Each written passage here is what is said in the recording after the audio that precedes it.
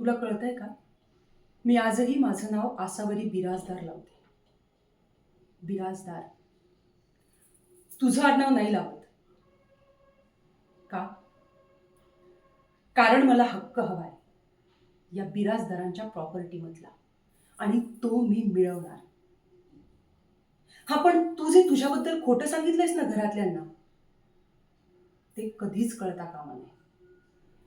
दादाला तर नाहीच नाही, नाहीतर प्रॉपर्टी वगैरे विसरावं लागेल आपल्याला. चालणार आहे? विसरणार आहेस? कशाला खोटं बोलतोयस? म्हणजे प्रॉपर्टीपेक्षा तू जास्त महत्वाची आहेस.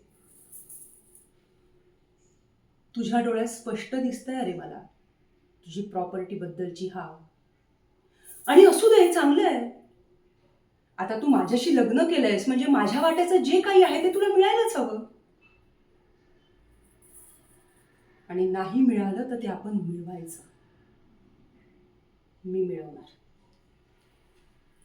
त्यासाठी साम दाम दंडभेद यातलं काहीही वापरावं लागलं तरीही चालेल. मी सगळं वापरणार, पण माझा हक्क मी मिळवणार.